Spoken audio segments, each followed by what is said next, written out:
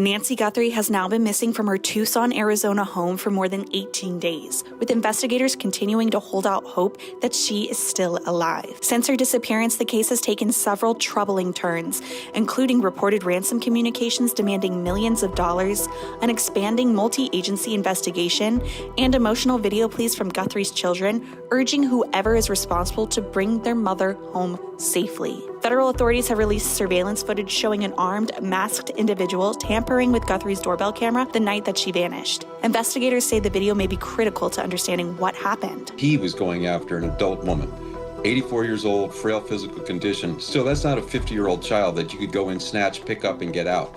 So I thought it was interesting going there by himself, but this video showed us so much. First off, this guy was a bumbler. He was not a sophisticated operator. He had no plan for the camera, none whatsoever. He's wearing a pistol in a manner I have never seen after 30 years of being around firearms, anybody wear a firearm like that. So I don't know what was going on. But from a clue perspective, look what he gave us. He gave us basically his height. He gave us his gait, how he walked. He's got eyes now, and you think, well, what's that going to do? Well, now they can get other video, and with AI, you can get some very accurate way to compare a video to there as compared to have to a video at a Circle K. But best of all, leads are going to be pouring in, because if you know me, I may have a mask on, but if you know me, you're going to be able to say, hey, that's Jody Weiss. I can tell just from his eyes, his build, how he walks. So they're going to get a lot of leads from this. Authorities described the individual as a man, approximately 5'9" to 5'10", carrying an Ozark Trail backpack purchased from Walmart. Investigators also noted that he may have been wearing a ring. Like all of America, we all hold out hope that there's something good that's going to happen here, that she's going to be found, and that the bad folks are going to be apprehended soon. But she's 84 years old. She needs her medicine on a regular daily basis. She has a pacemaker. There's blood. Her blood is on the house, when the front part of the house. So it's obviously very concerning that there hasn't been proof of life. DNA evidence recovered from gloves found near Guthrie's home did not match any profiles in the FBI's National CODIS database. The Pima County Sheriff's Department says that they are now pursuing additional avenues, including genetic genealogy testing, to attempt to trace DNA that does not appear in federal systems. Is there a match on the DNA in the glove to the DNA, the unknown DNA that you found in the house? There's no match to the DNA at the house. So entirely separate DNA? Correct. Okay, so that would mean, if there's no, is there a CODIS match from the DNA in the house? No. Google is also assisting in the search for Guthrie and is working to access additional video from the rest of Guthrie's house, even though she did not have an active subscription. Pima County Sheriff Chris Nanos said that he is hopeful that more footage is recovered with Google, saying that they don't think they'll be able to access anything, but they will try. They went out and got search warrants. They cooperated with Google. Everybody was working together. They were able to recover some of the information and data that was on the camera.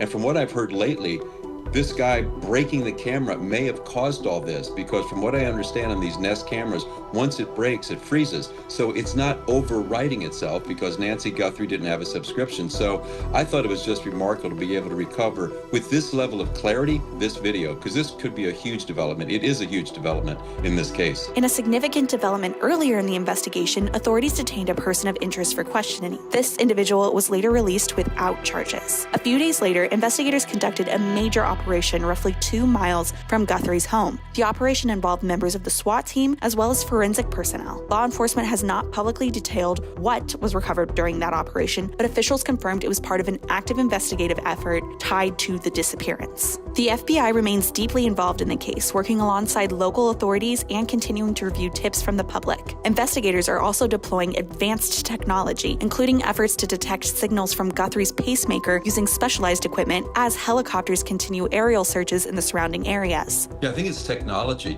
I had no idea you could pick up such a faint signal as a pacemaker. And pacemakers today are like very small. They're like less than an inch. And it's just new technology, amazing antennas that can pick this up. And some people might say, well, what's the advantage of that? Well, think about looking at nighttime where visual observations wouldn't work, or maybe a light brush if a body was put underneath some brush out in the desert, or maybe a tarp was put over it. So, it's not a magic bullet, but it's one more thing to, to try and find this poor woman who's been missing now for almost in the 3rd week. A federal reward of $100,000 is now being offered for information leading to the recovery of Nancy Guthrie and/or or the arrest and conviction of anyone involved in her disappearance. Federal agencies beyond the FBI have also assisted. Department of Homeland Security Border Patrol search and rescue units have also supported portions of the search effort, reflecting broad interagency coordination. The FBI has contacted Mexican authorities as part of its investigation, though Pima County Sheriff Chris Nanos has stated publicly that he does not believe that Guthrie was taken to Mexico. President Donald Trump has spoken publicly about the case several times. In comments to the New York Post, he said that he would support, quote, the most severe federal penalties if those responsible are identified and Guthrie is harmed, including the possibility of seeking the death penalty. You know, it was a local case originally, and they didn't want to let go of it, which is fine. It's up to them. It's really up to the community. White House Press Secretary Caroline Leavitt described the president's reaction to the surveillance footage as one of, quote, pure disgust, and urged Americans with any information to contact the FBI tip line. His initial reaction, of course, as all Americans, is just pure disgust. And again, it's heartbreaking to see now this footage really bring to life a story we've all been reading about. And again, we're just praying for the safety of Nancy Guthrie and that she will return home soon. And the president directed me to please encourage all Americans with any information to call the FBI. And we hope that this case will come to a positive resolution as soon as possible. In earlier remarks, President Trump said investigators were seeking some clues that are very strong and expressed hope that emerging evidence could bring answers. Well, I'll give you a little statement. I think we're doing very well on that regard. You're probably surprised to hear that. I think we're doing very well. Very well, meaning we have some clues, I think, that are very strong, and I think we could have some answers coming up fairly soon. Is this a nationwide search? Is this a search going on? No, I'm not talking about a search. I'm talking about a solution. We have some things, I think, that will maybe come out reasonably soon from DOJ or FBI or whoever that could be suspect. Yeah, could be definitive. U.S. Attorney General Pam Bondi also commented on the case, calling Guthrie's disappearance, quote, heartbreaking, and emphasizing the federal agencies are working closely with local investigators to support search efforts. We're doing everything to assist the locals. We're working with the locals. Breaks my heart for Savannah and for her family. I know she's asked for all of our prayers. So please pray for her beautiful mom, pray for her family that she's returned home. That's all we can say about that at this time. But yeah, I've known Savannah for over 30 years, and it's breaking my heart. Local officials have publicly defended their cooperation with federal authorities, rejecting claims that evidence is being withheld and emphasizing ongoing collaboration between agencies. The Pima County Sheriff's Department has also formally cleared Guthrie's family, including her daughter, Today's Show co-host Savannah Guthrie, as potential suspects. I wanted to come on, and it's been 2 weeks since our mom was taken, and I just wanted to come on and say that we still have hope, and we still believe. And I wanted to say to whoever has her or knows where she is, that it's never too late. And you're not lost or alone.